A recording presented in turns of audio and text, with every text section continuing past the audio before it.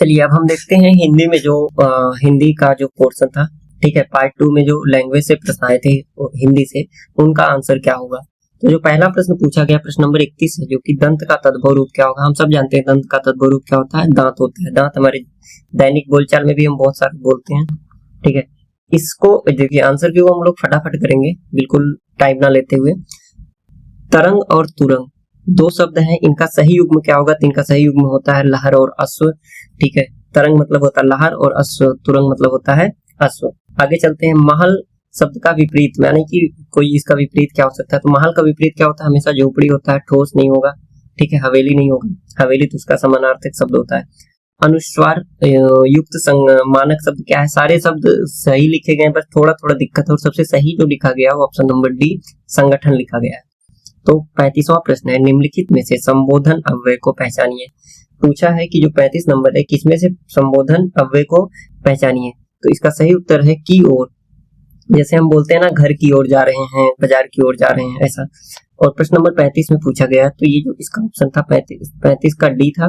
और 36 में पूछा गया कि उचित विराम चिन्ह लगाइए। तो मुझे आम, सेब, केला और अंगूर पसंद है। तो मुझे के बाद आम, सेब, केला के बीच बीच में क्या रहेगा, चिन्ह रहेगा, और बाद में अंगूर और केला और अंगूर के बीच में और का प्रयोग होगा। घाट घाट का पानी पीने का अर्थ क्या होता है, हम सबको पता है। क्वेश्चन नंबर जो 37 है, इसका सही उत्तर है ऑप्शन नंबर बी अनुभव होना। जो घाट घाट का पानी पीना मतलब क्या होता है, अनुभव होना, ठीक है। क्वेश्चन नंबर 38 की बात करते हैं। किला और कीला, ठीक है, दो शब्द हैं, किला और कीला, और इनका सही उत्तर होता है कि दुर्ग। किला मतलब क्या होता है, दुर्ग होता है ना, और कीला मतलब क्या होता है, लोहे की कील होती है, फिर किसी अन्य धातु की कील बनाई जाती है। दुष्चरित्र दिया गया है ना, इसका पूछा समास विग्रह क्या होता है। तो देखो इसका समास विग्रह 39वें में जो है सही क्या है, बुरा चरित्र वाला, है ना, जो जिसका बुरा चरित्र हो। कौन सा है, कर्मधारय समास की ये उसका उदाहरण है, ठीक है। चलिए आगे बढ़ते हैं। 39 प्रश्न नंबर 39 हमने कर लिया है। आगे बढ़ते हैं 40 की तरफ। तो प्रश्न नंबर 40 है चंद्रवदन, ठीक है। चंद्रवदन का सही समास विग्रह क्या होगा, चंद्र के समान वदन, ये भी कर्मधारय का है। मेघ का समानार्थी शब्द क्या होता है, मेघ का होता है बादल, गगन नहीं होता है, आकाश का गगन होता है, ठीक है। ध्यान पूर्वक, यह शब्द किस क्रिया विशेषण का है। तो जो ध्यान पूर्वक है रीतिवाचक क्रिया विशेषण का है, ठीक है। किसका है, रीतिवाचक, ठीक है। जो राम और आलय का संधि पूछा गया, तो इसका क्या होगा, रामालय होगा, यानी कि कौन सी संधि है, दीर्घ संधि है। कौन सी संधि है, दीर्घ में आती है, ठीक है। चलिए आगे चलते हैं। उसका सिर खुजलाता है, पूछा गया कि उसका सिर खुजलाता है, इसमें क्या है। तो इसमें क्या है, इसमें सकर्मक क्रिया का बोध है। 45वां है चंद्रमा और ब्राह्मण के लिए एक शब्द का उपयोग किया जाता है, तो द्विज का प्रयोग किया जाता है। द्विज, चंद्रमा और ब्राह्मण, पक्षी, चंद्रमा, ब्राह्मण के लिए, और दंत के लिए प्रयोग होता है द्विज, ठीक है। त्रा जो है ये किससे मिलके बना होता है, तो त्रा जो मिलके बना होता है ता और आधा ता और रा से मिलके बना होता है। तो सही ऑप्शन क्या है, ऑप्शन नंबर ए, ठीक है। चलिए आगे चलते हैं हम 47वें प्रश्न की तरफ।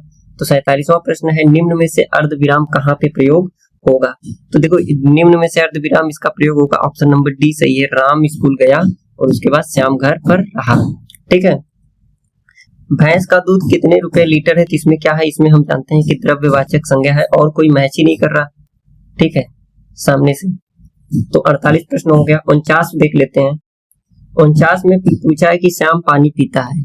तो श्याम पानी पीता है, इसमें क्या होगा, इसमें एक कर्मक क्रिया है। सही उत्तर इसका क्या है, ऑप्शन नंबर सी। रा के साथ ऊ या बड़ा ऊ की मात्रा, रा के साथ छोटा ऊ या बड़ा ऊ की मात्रा, ठीक है। पूछा गया है कि रा के साथ छोटा ऊ या बड़ा ऊ की मात्रा पूछा गया है, ठीक है। तो रा के साथ छोटा ऊ या बड़ा ऊ की मात्रा उसके बीच में लगती है, ऐसे लिखते हैं ना भाई, ऐसे थोड़ी लिखते हैं, ऐसे नहीं लिखते, ऐसे लिखते हैं, ठीक है। चलिए संयुक्त शब्दों के व्यंजन, संयुक्त अक्षरों के शब्दों में व्यंजन के बीच में नहीं होता है, क्या नहीं होता है, तो स्वर नहीं होता है, ठीक है। ऑप्शन नंबर सी सही, इसका स्वर नहीं होता है। 52 में है, यानी कि 52 प्रश्न नंबर है, इनमें देशज शब्द चुनिए। तो देशज शब्द इसमें कौन सा है? नेत्र नहीं, वृक्ष नहीं, कृष्ण नहीं, गड़बड़ देशज शब्द है। ठीक है, प्रश्न नंबर 53 पे चलते हैं। मेरा विचार है कि आज घूमने चले। यह वाक्य कौन सा वाक्य है? ठीक है, आपको बताना है कि एक वाक्य कौन सा है। तो ये संयुक्त वाक्य नहीं है, मिश्र वाक्य है। ठीक है, संयुक्त वाक्य क्या होता है? जब दो वाक्य जुड़ते हैं और उनका अलग अलग, ठीक है, उपवाक्य को जोड़ रहा है ना इसमें। चलिए आगे चलते। चुल्लू भर पानी में डूब मरना का अर्थ क्या है? शर्म का अनुभव करना, कम पानी में डुबकी मारना, नहीं नहाने में पानी तैरना, ये सब कुछ नहीं है। तो ऑप्शन नंबर डी सही इसका क्या है? शर्म अनुभव करना। ने और चल का वो क्या है? संधि रूप क्या है? तो ने और चल का संधि रूप क्या है? ये निश्चल होता है ना। हाँ, विसर्ग संधि का उदाहरण है मेज पर पुस्तक रखी है। निम्नलिखित में से कौन सा वाक्य है? मेज पर पुस्तक रखी एकदम सरल वाक्य का उदाहरण है। ठीक है, ओके। 56 नंबर क्वेश्चन हो गया है और 57 नंबर क्वेश्चन पूछा गया है। निम्न में से पाई वाले व्यंजनों के साथ पीछे तिरछी रेखा के रूप में लगे रा प्रयुक्त होते हैं। तो इसमें सही क्या है? इसमें सही है शकर्म। ठीक है, इसमें सही क्या है? शकर्म।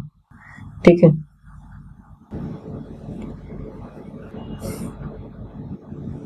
ठीक, चलिए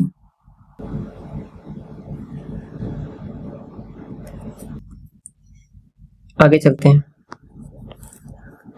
अगला है गद्यांश हमारा पूछा गया है। तो जो गद्यांश में देखो पहला क्या होगा? पहला तो इसमें डी होगा, आधी कहानी जानने के बराबर में।